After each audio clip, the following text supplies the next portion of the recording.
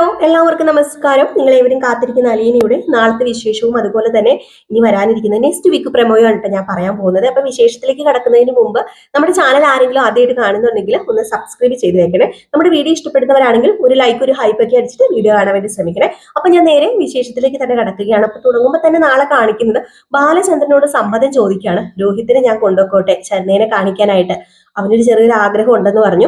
ആദ്യമൊക്കെ ബാലചന്ദ്രൻ വിസമ്മതിച്ചെങ്കിലും ബാലചന്ദ്രൻ പിന്നെ സമ്മതിക്കാണ് കേട്ടോ. ബാലചന്ദ്രൻ പറഞ്ഞു, ഓക്കെ, നിനക്ക് അങ്ങനെ ഒരു വിശ്വാസം ഉണ്ടെങ്കിൽ അവന് ഒന്നും സംഭവിക്കില്ല, അവനൊരു പോറൽ പോലും ഏൽപ്പിക്കാതെ നിനക്ക് കൊണ്ടുവരാൻ പറ്റുമെങ്കിൽ നീ കൊണ്ടുപോകണം പറഞ്ഞപ്പോഴത്തേക്കും അലീന ചോദിച്ചു, അല്ല അച്ഛൻ എന്നെ വിശ്വാസമില്ലേ? എനിക്ക് വിശ്വാസമുണ്ട്, എന്നെ എനിക്കറിയാം, ഞാൻ അവനെ കൊണ്ടുപോകുന്നതും കൊണ്ടുവരുന്നതും എങ്ങനെയായിരിക്കും എനിക്കറിയാം, എനിക്ക് എന്നെ വിശ്വാസമുണ്ട്. പക്ഷെ അച്ഛൻ എന്നെ വിശ്വാസം ഇല്ലെന്ന് ചോദിച്ചപ്പം, വിശ്വാസം ഇല്ലാഞ്ഞിട്ടല്ല എന്റെ പൊന്നു മോളെ, ആൾക്കാരുടെ കാര്യമല്ലേ, നിനക്കറിയാലോ, നാട്ടുകാരും അതുപോലെ അവരുടെ സമുദായക്കാരും കോളനിക്കാരൊക്കെ അടഞ്ഞു നിൽക്കുകയല്ലേ. അപ്പൊ അങ്ങോട്ടേക്ക് പോകുമ്പോ എന്താ അവസ്ഥ എന്ന് അറിയില്ലല്ലോ, അതുകൊണ്ട് ഞാനങ്ങ് പറഞ്ഞതേ ഉള്ളൂ. അലീന, നിന്നെ വിശ്വാസം ഇല്ലെങ്കിൽ പിന്നെ എനിക്ക് ആരെയും അലീനെ വിശ്വാസം? നിന്നെ എനിക്ക് വിശ്വാസമുണ്ട്. നീ കൊണ്ടോക്കോ, നീ കൊണ്ടുപോയിട്ട് ഇനിയിപ്പൊ അവന് അത് അവന്റെ മനസ്സിൽ കൂടുതൽ സമാധാനവും സന്തോഷവും ഒക്കെ കിട്ടുമെങ്കിൽ നല്ലതാന്ന് പറയുമ്പോഴത്തേക്ക് അലീനയും പറഞ്ഞു, അതെ അച്ഛാ, അവന്റെ മനസ്സിലെ സമാധാനവും സന്തോഷവും അല്ലേ നമുക്കിപ്പോ വലുത്. അവനത് കൂടുതലും സമാധാനവും സന്തോഷവും, അവൻ ജീവിക്കാനും മുന്നോട്ട് ജീവിക്കാനുള്ള ഒരു ധൈര്യമൊക്കെ അവനത് അതുകൊണ്ട് കിട്ടുമെങ്കിൽ നല്ലതല്ലേ എന്ന് പറഞ്ഞു. ഓക്കെ പറഞ്ഞോട്ടെ നമ്മുടെ ബാലചന്ദ്രൻ, ഓക്കെ നീ കൊണ്ടുപോയിട്ട് വാ എന്നിങ്ങനെ പറഞ്ഞു. ഏതായാലും ബബിതയും നമ്മുടെ കൃഷ്ണമോളും അറിഞ്ഞു കഴിഞ്ഞപ്പോ അവർക്കൊരു ഞെട്ടല്. വിശ്വ പോയിട്ടുണ്ടെങ്കിൽ ശരിയാവോ? അലീന ചേച്ചി അത് വേണോ? അവിടെ ചെന്ന് കഴിഞ്ഞിട്ടുണ്ടെങ്കിൽ അന്ന് അലീന ചേച്ചി ചെന്നപ്പോ തന്നെ അവരെല്ലാവരും കൂടെ ചേർന്ന് എന്താ ചെയ്തത്? പെട്രോൾ ഒഴിക്കല്ലേ ചെയ്തത്. അപ്പം പോയിട്ടുണ്ടെങ്കിൽ എങ്ങനെയാ? പെട്രോൾ അല്ല, മണ്ണെണ്ണ ഒഴിക്കല്ലേ ചെയ്തപ്പോ പോയിട്ടുണ്ടെങ്കിൽ രോഹിതേട്ടൻ വല്ലതും ചെയ്യുവോ? രോഹിതേട്ടൻ അങ്ങോട്ട് പോകുന്നതിനേക്കാളും വകതിരിവായിട്ടായിരിക്കും ഇങ്ങോട്ടേക്ക് തിരിച്ചു വരിക എന്ന് ചോദിച്ചപ്പം, നിങ്ങൾ പേടിക്കേണ്ട മക്കളെ, എന്തിനാ പേടിക്കുന്നത്? ഞാനുണ്ടല്ലോ കൂടെ. അല്ല ബബിതെ, നിന്നെ കോളേജിൽ കൊണ്ടുപോയിട്ട് നിനക്ക് എന്തെങ്കിലും സംഭവിച്ചോ? ഇല്ലല്ലോ. അതുപോലെ തന്നെ രോഹിത്തിനെ കോളേജിൽ കൊണ്ടുപോയിട്ട് എന്തെങ്കിലും സംഭവിച്ചോ? ഇല്ലല്ലോ. അപ്പം ശരണ്യയുടെ വീട്ടിൽ കൊണ്ടുപോകുമ്പോഴും ഒന്നും സംഭവിക്കത്തൊന്നും ഇല്ലെന്നേ, ഞാനില്ലേ അവന്റെ കൂടെ, ആ ഒരു ധൈര്യം നിങ്ങൾക്കില്ലേന്ന് ചോദിച്ചപ്പോഴത്തേക്കും അലീന ചേച്ചി ഉള്ളതാണല്ലോ ഞങ്ങളുടെ ഇപ്പോഴത്തെ ധൈര്യം. ഏതായാലും ഒരു കാര്യം ചെയ്യുക, അലീന ചേച്ചി രോഹിത്തേട്ടനെ കൂടെ കൂട്ടി പോയിട്ട് വാ, നല്ലത് മാത്രം വരട്ടെ എന്ന് പറഞ്ഞു. കൃഷ്ണമോളും പറഞ്ഞു. ഇപ്പൊ കൃഷ്ണമോൾക്ക് നല്ല വിശ്വാസമുണ്ട്. കൃഷ്ണമോൾ പറഞ്ഞു, അലീന ചേച്ചി ധൈര്യമായിട്ട് കൊണ്ടുപോക്കാം, അതിനിപ്പോ എന്തിനാ പേടിക്കുന്നത്? അലീന ചേച്ചി കൊണ്ടുപോയാൽ അതേപടി തന്നെ രോഹിതേട്ടൻ ഇങ്ങോട്ട് വരും. രോഹിതേട്ടന്റെ ആ മനസ്സിൽ ആ പേടിയും ആ ഉള്ളില് ഒരു നെഗറ്റീവ് ഉണ്ടല്ലോ ഇപ്പോഴും, ഞാൻ എന്തോ തെറ്റ് ചെയ്തു എന്ന്, ആ നെഗറ്റീവ് ഒക്കെ അങ്ങ് മാറി കിട്ടട്ടെ. അപ്പൊ അലീന ചേച്ചി എന്താ ചെയ്യുക, കൊണ്ടുപോക്കോ, ധൈര്യമായിട്ട് കൊണ്ടുപോക്കോളാൻ പറഞ്ഞു. ഏതായാലും നമ്മുടെ രോഹിത്തിനോട് എന്നാ പിന്നെ വാടാ, നീ റെഡിയാകടാ, പോകാന്ന് പറഞ്ഞു. രോഹിത് പറഞ്ഞു, എന്നാ പിന്നെ പോവാൻ ചേച്ചി എന്ന് പറഞ്ഞു. എന്നാ ഇവര് രണ്ടുപേരും കൂടെ പോവുകയാണ് കണ്ണാടിപ്പാടം കോളനിയിലേക്ക് നമ്മുടെ ശരണ്യനെ കാണാനായിട്ട്. ചെല്ലുമ്പോ എന്താകുന്നൊന്നും അറിയില്ല. അലീനയ്ക്കൊരു നല്ലൊരു വിശ്വാസമൊക്കെ ഉണ്ട്. പക്ഷെ എന്ത് ചെയ്യാനാണ്, അലീനയുടെ മനസ്സിൽ എന്റെ ദൈവമേ, ഞാനൊരു വിശ്വാസത്തോടു കൂടിയാ കൊണ്ടുപോകുന്നത്, ഒരു പോറല് പോലും ഏൽപ്പിക്കാതെ തിരിച്ചെനിക്ക് വീട്ടിൽ തന്നെ ഈ ഒരു രീതിയിൽ തന്നെ ഞങ്ങൾ രണ്ടുപേരെ എത്തിച്ചേക്കണേ എന്റെ കർത്താവേ എന്നൊക്കെ വിളിച്ച് ആണ് പോകുന്നത്. അങ്ങനെ അങ്ങോട്ടേക്ക് ചെല്ലുന്നു. അങ്ങോട്ടേക്ക് ചെല്ലുമ്പോൾ തന്നെ അറിയാലോ, ചുറ്റുപാടും ആൾക്കാരൊക്കെ ഒന്ന് നോക്കൂലോ. ഒത്തിരി ആൾക്കാരൊന്നും ഇല്ലായിരുന്നു. എങ്കിൽ പോലും നമ്മുടെ രോഹിത്തിന് ഒരു ചെറിയ പേടിയുണ്ടെന്ന് തോന്നുന്നു. അലീന ഉള്ളത് കൊണ്ടാണ് ചെറിയൊരു പേടി കുറവൊക്കെ. അങ്ങനെ നേരെ നമ്മുടെ രോഹിത്തിനെയും കൂട്ടി അലീന വരികയാണ്. അങ്ങനെ അലീന ചെന്നു. ആ വീടിന്റെ മുറ്റത്ത് നിന്നു. ആ വീട് ചുറ്റും ഒന്നിങ്ങനെ നോക്കുകയാണ്. ഒരു പഴഞ്ച വീട്, ഒരു ഓടിട്ട ഒരു പഴഞ്ച വീടിലാണ് അവർ താമസിക്കുന്നത്. നമ്മുടെ രോഹിതിനെ കണ്ടപ്പോ തന്നെ സത്യത്തിൽ ഒരു ദയനീയ അവസ്ഥ തോന്നി. ചുറ്റുപാടും ഒക്കെ ഒന്ന് നോക്കി രോഹിത് ചുറ്റുപാടും ഒന്ന് നോക്കിയിട്ട് രോഹിത്തിനോട് നമ്മുടെ അലീന പറഞ്ഞു, നീ ഒരു കാര്യം ചെയ്യ, ഇവിടെ ഇരിക്ക്, ഞാനിപ്പോ വരാം എന്ന് പറഞ്ഞു കേട്ടോ. എനിക്ക് തോന്നുന്നു ഓട്ടോ എങ്ങാണ്ട് വിളിച്ചാണ് ഇവർ പോകുന്നത്. അപ്പൊ ഓട്ടോയ്ക്കകത്ത് നമ്മുടെ രോഹിത്തിനെ ആക്കുമായിരിക്കാം അല്ലെ. അത് ഞാൻ എന്റെ കയ്യിൽ നിന്നിട്ട് പറയുന്നതാണ് കേട്ടോ. ചിലപ്പോൾ രോഹിതിനെ ഓട്ടോയ്ക്കകത്ത്, അതായത് നമ്മൾക്ക് അങ്ങനെ പ്രതീക്ഷിക്കാമല്ലോ, ചിലപ്പോൾ ഓട്ടോയ്ക്കകത്ത് തന്നെ രോഹിതിനെ ഇരുത്താം. എന്നിട്ട് അലീന ആദ്യം ചെന്ന് ചോദിക്കാം. ഏതായാലും അലീന ഇറങ്ങി ചെന്നിട്ട് അലീനയെ കണ്ടതും അവർക്ക് ഒരു പ്രത്യേക സ്നേഹം ഉണ്ടല്ലോ അലീനയോട്. പക്ഷെ ഗോപുവിനൊക്കെ ഭയങ്കര ദേഷ്യമാണ് കേട്ടോ. ഗോപു എന്ന് പറഞ്ഞാല് നമ്മുടെ ശരണ്യയുടെ ആങ്ങള, ദേഷ്യമാണ്.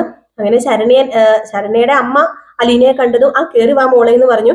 അപ്പോഴത്തേക്ക് അലീന പറഞ്ഞു, അത് പിന്നെ എനിക്കൊരു കാര്യം പറയാനുണ്ട്, ഞാൻ മാത്രമല്ല വന്നിരിക്കുന്നത്, ഞങ്ങൾക്ക് അവിടെന്നേ അറിയാലോ രോഹിത്തിനെ അറിയില്ലേ? അയ്യോ, അതെന്താ രോഹിത്തിനെ അറിയാലോ, അവിടുത്തെ വീട്ടിലെ ചെക്കനല്ലേ? അതെ, അവന് വന്നിട്ടുണ്ട് എന്ന് പറഞ്ഞപ്പോഴത്തേക്കും, ആണോ, അവൻ വന്നിട്ടുണ്ടോ? അപ്പോഴത്തേക്കും നമ്മുടെ ശരണ്യയുടെ അച്ഛൻ ചോദിച്ചു, ആര്? രോഹിത് എന്ന് പറഞ്ഞാല് മറ്റേ ആ പയ്യനല്ലേ, ആ പ്രതികളുടെ കൂട്ടത്തിൽ ഉണ്ടായിട്ട് ഇപ്പൊ രക്ഷപ്പെട്ട് നടക്കുന്ന പയ്യൻ. അപ്പോഴത്തേക്കും ആണെങ്കിൽ അലീന പറഞ്ഞു, രക്ഷപ്പെട്ട് നടക്കുന്ന പയ്യൻ എന്ന് പറയരുത്, അവൻ തെറ്റ് ചെയ്തിട്ടില്ല, അതുകൊണ്ടാണ് അവൻ രക്ഷപ്പെട്ടത്. നിങ്ങളുടെ മകള് തന്നെയാണല്ലോ അവന് രക്ഷപ്പെടുത്തിയത്. അവൻ തെറ്റ് ചെയ്തിട്ടുണ്ടെങ്കിൽ നിങ്ങളുടെ മകള് രക്ഷപ്പെടുത്തില്ലായിരുന്നല്ലോ. അപ്പൊ അങ്ങനെ പറയരുത് ശരണയുടെ അച്ഛ എന്ന് പറഞ്ഞപ്പോഴത്തേക്കും നമ്മുടെ ശരണയുടെ അമ്മ പറഞ്ഞു ആ കൊച്ചിനോട് ഇറങ്ങി വരാൻ പറഞ്ഞു. അപ്പോഴത്തേക്ക് ശരണയുടെ അച്ഛൻ ശരണയുടെ അമ്മേനെ ഒരു നോട്ടമൊക്കെ നോക്കുന്നുണ്ട്.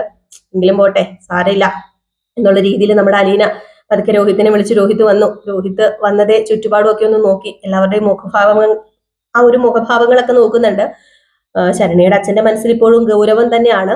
അതുപോലെ തൊട്ടടുത്ത് നിൽക്കുന്ന ശരണയുടെ അമ്മയാണെങ്കിൽ നിറ ചിരിയോടുകൂടി നിൽപ്പുണ്ട്. ശരണയുടെ അമ്മയ്ക്ക് രോഹിത്തിനെ അറിയാലോ, രോഹിത് സംസാരിച്ചിട്ടുണ്ടല്ലോ കഴിഞ്ഞ പ്രാവശ്യം വീട്ടിൽ ചെന്നപ്പോ.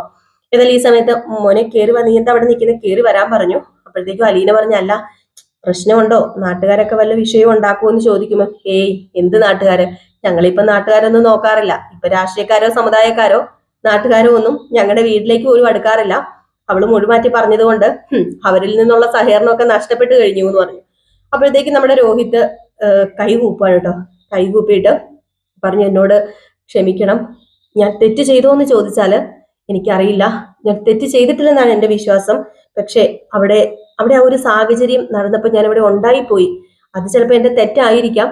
എന്തോ എനിക്ക് അപ്പോൾ പ്രതികരിക്കാൻ പറ്റിയില്ല, അതും എന്റെ തെറ്റായിരിക്കാം. പക്ഷെ എല്ലാവരും എന്നോട് ക്ഷമിക്കണം എന്ന് പറഞ്ഞപ്പോഴത്തേക്ക് മോൻ അകത്തേക്ക് കയറി വരാൻ പറഞ്ഞു.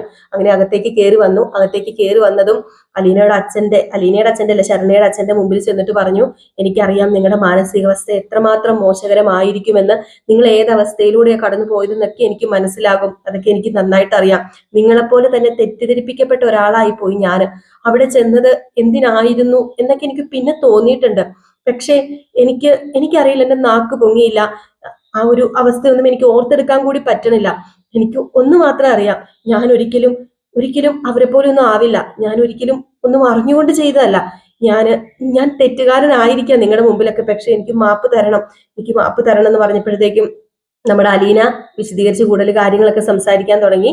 ഈ ഒരു സമയത്ത് നമ്മുടെ ശരണേനെ വിളിച്ചു. ശരണയുടെ അമ്മ ശരണെ വന്നു. അലീന പറഞ്ഞു കേട്ടോ രോഹിത്തിനെ ശരണേനെ ഒന്ന് കാണണം, അതുകൊണ്ടാണ് ശരണേനെ മാത്രം കണ്ടാൽ പോരാ നിങ്ങളെ എല്ലാവരെയും കണ്ട് ഇവ മാപ്പ് ചോദിക്കണം എന്ന് എന്നോട് ആവശ്യപ്പെട്ടത് പ്രകാരമാണ് ഞാൻ ഇവനെ കൊണ്ടുവന്നത് കേട്ടോ. അല്ലാതെ വേറും ഞങ്ങൾ ആരും നിർബന്ധിച്ചു കൊണ്ടുവന്നതല്ല. ഇവന് മാപ്പ് ചോദിക്കണം, അതുകൊണ്ട് മാത്രമാണ് കൊണ്ടുവന്നത്. അങ്ങനെ എല്ലാവരും മാപ്പാക്കണം. നിങ്ങൾ ശരണി മാത്രം എന്നോട് ക്ഷമിച്ചാൽ പോരാ, ശരണി എന്നോട് ക്ഷമിച്ചു എന്ന് എനിക്കറിയാം. അതുകൊണ്ടാണ് ശരണി എന്നെ വിട്ടയച്ചത്. പക്ഷെ ശരണി മാത്രമല്ല ക്ഷമിക്കേണ്ടത്, ഈ വീട്ടിലുള്ളവരെല്ലാവരും എന്നോട് ക്ഷമിക്കണം. ഞാൻ എന്താ ഞാൻ നിങ്ങൾക്ക് ചെയ്തു തരേണ്ടത് എനിക്കറിയില്ല, ഞാൻ എന്താ ചെയ്തു തരേണ്ടതെന്നൊന്നും. പക്ഷെ എന്നോട് ക്ഷമിക്കണം, എന്നോട് മാപ്പാക്കണം. നിങ്ങൾ എല്ലാവരുടെയും മനസ്സിൽ എന്നെ കുറിച്ചുണ്ട് തെറ്റിദ്ധാരണ എല്ലാം ഒന്ന് മാറണം. ഒരിക്കലും ഞാൻ ശരണേനെ കൈവിടില്ല. എന്താവശ്യം ഉണ്ടെങ്കിലും എന്നോട് വന്ന് പറയാം. എൻ്റെ ഒരു കുഞ്ഞു പെങ്ങളെ പോലെ, എൻ്റെ അലീന ചേച്ചിയെ പോലെ ഞാൻ കണ്ടോളാം. ഒരിക്കലും എന്നെ തെറ്റിദ്ധരിക്കരുത്, ആരും മനസ്സിൽ വെറുപ്പൊന്നും വെച്ച് പെരുമാറരുത് എന്ന് പറഞ്ഞു പൊട്ടിക്കരയാണ് കേട്ടോ. അങ്ങനെ നമ്മുടെ ശരണയുടെ കയ്യിൽ കയറി പിടിച്ചിട്ട് ശരണയുടെ കൈ ഇങ്ങനെ എടുത്തോണ്ട് വന്ന് കൈ ഇങ്ങനെ നെറ്റിയുടെ അവിടെ വെച്ചിട്ട് പൊട്ടി കരയാ. എനിക്ക് മാപ്പ് തരണം, എനിക്കറിയില്ല ഞാൻ എന്താ ചെയ്യേണ്ടതെന്നൊന്നും. എനിക്ക് ഇങ്ങനെ മാപ്പ് ചോദിക്കാൻ അറിയത്തുള്ളൂ, എനിക്ക് വേറൊരു രീതിയിലും മാപ്പ് ചോദിക്കാൻ അറിയില്ല. എന്നെ കണ്ണു തുറപ്പിച്ചത് ആരാണെന്ന് ചോദിച്ചാൽ അതിൽ ശരണയും അലീനയും അതുപോലെ ശരണയുടെ ഈ വീട്ടുകാരൊക്കെ ഉണ്ട്. ഒരിക്കലും ഞാൻ ഇനി ആ പഴയ ജീവിതത്തിലേക്ക് കടന്നു പോവില്ല. ആ പഴയ കൂട്ടുകെട്ട് അതൊക്കെ എന്നെ ഒരുപാട് തകർത്ത് കളഞ്ഞു. ഞാൻ അനുഭവിച്ചു, ഞാൻ ജയിലിൽ കിടന്നാണെങ്കിലും ഞാൻ അനുഭവിച്ചു. ഒരുപക്ഷെ ദൈവം എന്നെ കണ്ണു തുറപ്പിക്കാനായിരിക്കാം ആ ഒരു സിറ്റുവേഷനിൽ ആ ഒരു സമയത്ത് എന്നെ അവിടെ എത്തിച്ചത്. ചിലപ്പോൾ ദൈവം എന്നെ പഠിപ്പിക്കാനായിരിക്കാം. എന്തോ എൻ്റെ അച്ഛൻ ചെയ്ത പുണ്യോ, എന്തോ എൻ്റെ കുടുംബക്കാർ ചെയ്ത പുണ്യോ എനിക്കറിയില്ല. ആ ഒരു സമയത്ത് ഉണ്ടായിട്ടും ജയിലിൽ പോയിട്ടും എല്ലാം കൊണ്ടും എന്നെ രക്ഷിച്ചത് ശരണി തന്നെയാണ്. അതുകൊണ്ട് ഒരിക്കലും ഞാനിത് മറക്കില്ല എന്നൊക്കെ പറയാണ് കേട്ടോ. ഏതായാലും ഈ സമയത്ത് മതി രോഹിത്തെ നിർത്ത്, അവരെല്ലാവരും ക്ഷമിച്ചല്ലോ നിന്നോട്. അവരെല്ലാരും ക്ഷമിച്ചു. അപ്പോഴത്തേക്കാണ് നമ്മുടെ ശരണയുടെ അമ്മ പറഞ്ഞത്, ഭക്ഷണം കഴിച്ചിട്ടേ പോകാവുള്ളൂ കേട്ടോ, ഞങ്ങൾ അന്ന് വന്നപ്പം അവിടെ നിന്ന് ഭക്ഷണം കഴിച്ചില്ലേ, അതുകൊണ്ട് ഈ പ്രാവശ്യം ഞങ്ങൾ ഭക്ഷണം കഴിച്ചിട്ടേ വിടത്തുള്ളൂ, രണ്ടുപേര് ഭക്ഷണം കഴിച്ചിട്ട് ഇവിടുന്ന് പോയാൽ മതി എന്ന് പറഞ്ഞപ്പോഴത്തേക്കും അത് പിന്നെ ഭക്ഷണം ഒന്നും ഞങ്ങൾക്ക് വേണ്ടി സ്പെഷ്യൽ ആയിട്ട് ഉണ്ടാക്കണ്ട, ഇവിടെ എന്താണോ ഉള്ളത് അത് ഞങ്ങൾക്ക് തന്നാൽ മതി എന്ന് പറഞ്ഞപ്പം സ്പെഷ്യൽ ആയിട്ട് ഉണ്ടാക്കാനൊന്നും ഇവിടെ ഇല്ലെന്നേ, ഞങ്ങൾ കഴിക്കുന്ന എന്താണെന്ന് വെച്ചോ അത് തന്നെ ഞങ്ങൾ ഉണ്ടാക്കുന്നുള്ളൂ, അത് തരാം, അപ്പൊ അത് കഴിച്ചിട്ടേ പോകാവുള്ളൂ എന്ന് പറയാണ്. അപ്പോഴത്തേക്കും നമ്മുടെ അലീന പറയുന്നുണ്ട് ആയിക്കോട്ടെ എന്ന് പറഞ്ഞു. അങ്ങനെ അലീന ശരണേനെ വിളിച്ചിട്ട് ഇങ്ങ് വന്നേ, നമുക്ക് കുറച്ചു നേരം സംസാരിക്കണ്ടേ. അതെ രോഹിത്തെ, നീ ഇവിടെ ഇരുന്ന് സംസാരിക്കട്ടോ, ഞാൻ ശരണ്യനൊന്ന് സംസാരിച്ചിട്ട് വരാന്ന് പറഞ്ഞ് നേരെ ശരണ്യയുടെ അടുത്തേക്ക് പോയി. ശരണ്യയുടെ അടുത്തേക്ക് ആ റൂമിൽ കയറി ചെന്നപ്പോഴത്തേക്കും എത്ര ദിവസമായി അലീന ചേച്ചി കണ്ടിട്ട്. അലീന ചേച്ചി വരുന്നതും കാത്ത് ഞാൻ എന്നും നോക്കിയിരിക്കും. ഈ ജനലിൽ കൂടെ നോക്കിയിരുന്നിട്ടുണ്ടെങ്കിൽ എനിക്ക് അലീന ചേച്ചി വരുന്നുണ്ടോ ഇല്ലയോ എന്നൊക്കെ അറിയാൻ പറ്റുന്നുണ്ട്. അല്ല, നിനക്ക് എന്നെ ഫോൺ വിളിച്ചാൽ പോരെ. അത് പിന്നെ അലീന ചേച്ചിക്ക് തിരക്കാണെങ്കിൽ ഞാൻ എന്ത് ചെയ്യും? അതുകൊണ്ടാണ് ഞാൻ വിളിച്ച് എപ്പോഴും ശല്യം ചെയ്യണ്ടെന്ന് ഓർത്തു. പിന്നെ അമ്മ എന്നോട് പറഞ്ഞു എപ്പോഴും എപ്പോഴും വിളിച്ച് ശല്യം ചെയ്യാൻ പോകരുതെന്ന്. ദേ ശരണ്യക്കുട്ടി, ഞാൻ ഒരു കാര്യം പറഞ്ഞേക്കാം. നിനക്ക് എപ്പോ എന്നെ വിളിക്കാൻ തോന്നുന്നു അപ്പോഴൊക്കെ എന്നെ വിളിക്കാം. എന്ത് ശല്യം? നീ വിളിക്കുന്നത് എനിക്ക് ശല്യ? ഒരിക്കലും ശല്യമല്ല കേട്ടോ. മാത്രമല്ല, നീ ഇങ്ങനെ റൂമില് അടച്ചിട്ടിരിക്കേണ്ട ആളൊന്നും അല്ല. നീ ഇപ്പോഴും ഈ ജനലിൽ കൂടെയാണോ എന്നെ എത്തി വലിയ നോക്കുന്നത്? ഞാൻ വരുന്നത് കാണാൻ വേണ്ടി. നിനക്ക് ആ മുറ്റത്ത് പോയി നോക്കത്തില്ലേ? അല്ലെങ്കിൽ ആ പാടത്തും പറമ്പിലും പോയി നോക്കത്തില്ലേ എന്ന് പറഞ്ഞപ്പം അത് പിന്നെ ദേ ഇനിയിപ്പം ശരണ്യക്കുട്ടി ജയിച്ചാലേ ഞാൻ ജയിക്കത്തുള്ളൂ. അപ്പൊ എന്താ, എങ്ങനെയാ കാര്യങ്ങള്? അത് പിന്നെ ഞാൻ ഒരിക്കലും തോക്കില്ല. കാരണം എനിക്ക് എന്റെ അലീന ചേച്ചി ജയിക്കുന്നതാ ഇഷ്ടം. അതുകൊണ്ട് ഒരിക്കലും ഞാൻ തോക്കത്തില്ല. എന്നാ പിന്നെ എന്ത് ചെയ്യണം? ഇനി ഇങ്ങനെ ഇരുന്നാ പോരാ. നമുക്ക് പതിയെ പതിയെ എക്സാമൊക്കെ വരാറായില്ലേ? എക്സാമൊക്കെ എഴുതണ്ടേ? അത് പിന്നെ കോളേജിലേക്ക് പോകാൻ എനിക്ക് ഭയങ്കര ബുദ്ധിമുട്ടാ അലീന ചേച്ചി. അതെന്താന്നറിയില്ല. എനിക്ക് കോളേജിലേക്ക് പോകാൻ വേണ്ടി തുടങ്ങുമ്പോൾ മാത്രം ആളുകളെല്ലാവരും എന്നെ കാണുന്നത് എങ്ങനെയായിരിക്കും? ആളുകളെല്ലാവരും നിന്നെ കാണുന്നത് എങ്ങനെയായിരിക്കും? രണ്ട് കണ്ണും കൊണ്ട്, അല്ലാതെ മൂക്കും കൊണ്ടോ വായും കൊണ്ടോ വല്ലതും കാണാൻ പറ്റുമോ? ഇല്ലല്ലോ. ഈ ധാരണ അങ്ങ് മാറ്റിക്കേ. ഒരു കാര്യം ചെയ്യാം. ഒരു ദിവസം ഞാൻ വരാം. ഞാൻ വന്നിട്ട് നമുക്ക് ഒരുമിച്ച് കോളേജിൽ പോകാം. കോളേജിൽ ഞാൻ എത്ര ദിവസം വേണമെങ്കിലും നിന്റെ കൂടെ വരാം. ഇനിയിപ്പം നിന്നെ ആരെങ്കിലും എന്തെങ്കിലും പറഞ്ഞാൽ അവരെ പിടിച്ചു നിർത്തിയിട്ട് രണ്ടെണ്ണം പറഞ്ഞിട്ടേ ഞാൻ ഇങ്ങോട്ട് പോരത്തുള്ളൂ. അപ്പൊ പിന്നെ അവര് പതിയെ വായടച്ചോളും. എങ്ങനെയുണ്ട് എന്റെ ഐഡിയ? അത് പിന്നെ അലിയ ചേച്ചിക്ക് കോളേജിലേക്കൊക്കെ വരാൻ പറ്റുമോ? അതെന്താ എനിക്ക് കോളേജിലേക്ക് വരാൻ പറ്റില്ലേ? നിനക്കറിയാമോ രോഹിത്തിന്റെ കോളേജിൽ പോയത് ആരാന്നോ? ഞാൻ ചെന്നു.